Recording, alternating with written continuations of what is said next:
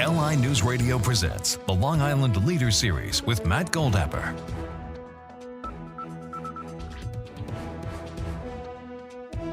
.1039 LI News Radio, Matt Goldapper with me, Chris Hahn, Democratic strategist and former aide to Senator Chuck Schumer. How are you? Doing great, Matt. Thanks for having me. Great. Thanks for coming by. So tell me a little bit about yourself before I dig into some questions. Well, I spent the last 20 years around Long Island, New York State, and national politics. I worked for a guy named Senator Chuck Schumer, probably one of the leading Democrats in Congress right now, really fighting hard for New Yorkers and always fought hard for Long Islanders, and I was very privileged to work for him.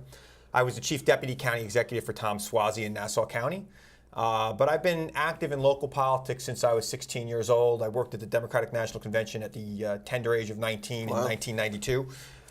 So I've been around the block for many, many, many moons. Very impressive. So tell me first, what is a Democratic strategist? What do you do all day? Democratic strategist is a title you use on television. Right. I've worked on many campaigns in my career. So during my tenure as a Fox News contributor, and I'm still a frequent guest on Fox and MSNBC and some other networks, they refer to me as a Democratic strategist, as a kind of collective of everything I've done through my career. But how do I make my living? I make my living as an attorney, and I do government affairs advising for corporate and political clients. Great. So I'd like to talk to you about the government shutdown. Great. We got two sides right now refusing to negotiate with each other.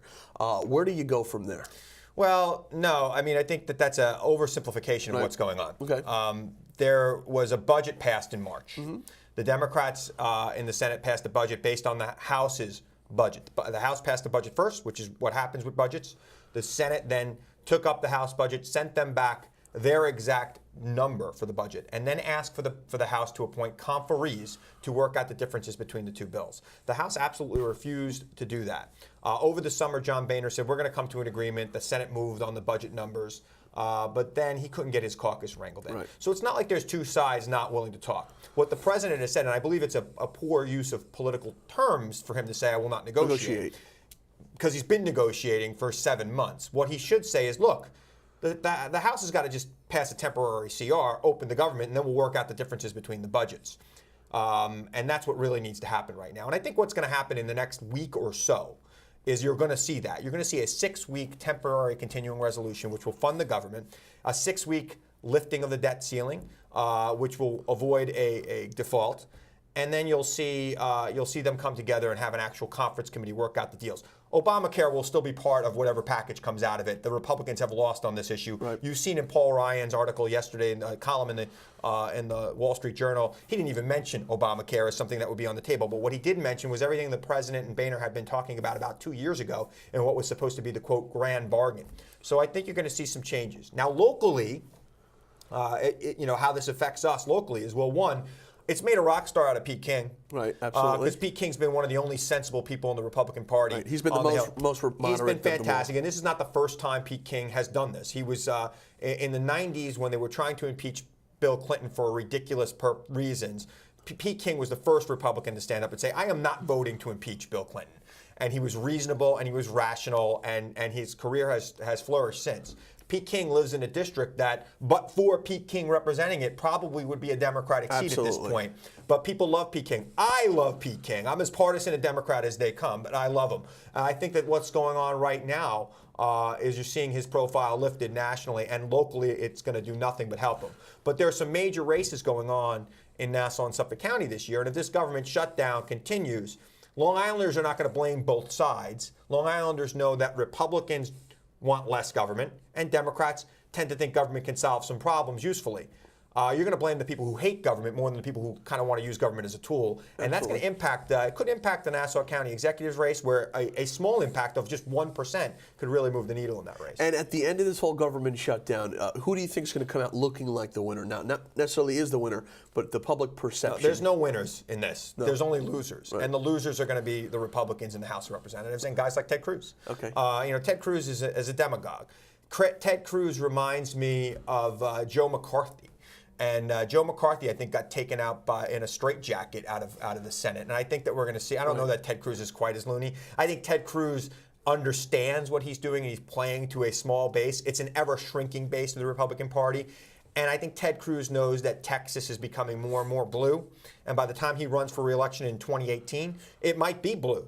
and they're not going to elect a guy that is as far right as him. So he might be auditioning for a job here on WRC on 103.9. Right. So he could be a talk radio show host. And you find a guy like Marco Rubio's in the same kind of situation? He's been a little outspoken too against the president. I think Marco Rubio has got some making up to do to the conservative base because Marco Rubio wants to be president. I know Marco. I've met Marco Rubio many times around Fox News and some other occasions.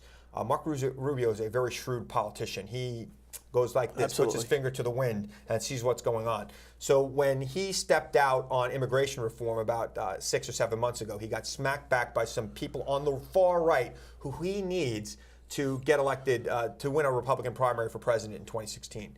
I think what he's doing right now is quietly supporting Ted Cruz. He made a few statements, but he has not been as outspoken as some others on this, just to kind of solidify his Republican conservative, really far-right bona fides, which you need to win states like Iowa and South Carolina in a Republican primary. Great. And also I want to touch up on one thing because you did mention Pete King.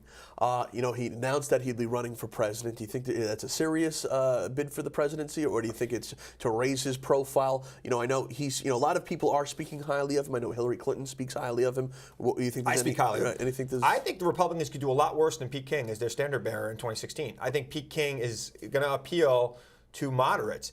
And we all talk about, there's some people who say that he's not conservative enough to get elected president, but the history doesn't prove that.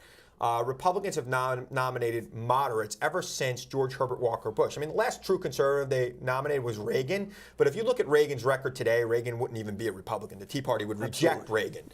But they nominated George Herbert Walker Bush, they nominated Dole, they nominated George W. Bush. All where there were the more conservative choices out there that they could have picked. Last year they nominated Mitt Romney, who was the most moderate person running other than Huntsman, who really didn't get his campaign going in time.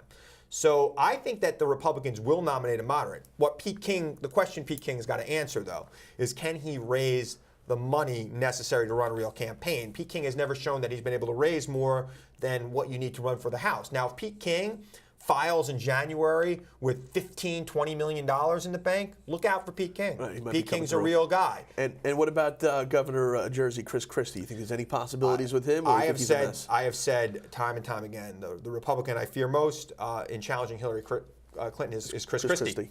Why? Because he's straightforward, outgoing, not as far right as some of these other guys. And he's a Republican from the north. Look, if they nominate Rand Paul, there's not going to be a Republican Party after 2016. Not only will they lose the presidency, they will not pick up any seats in the Senate. They'll probably lose seats in the Senate, and they'll lose the House. If they nominate a guy like, I'm praying for Rand Paul or a Ted Cruz nominee, because those guys are unacceptable to a vast majority of Americans. In fact, Ted Cruz is probably the most unpopular person in the country right now. All right, there you go. Chris Hahn, thank you for coming by. I really appreciate your time. 103.9 LI News Radio.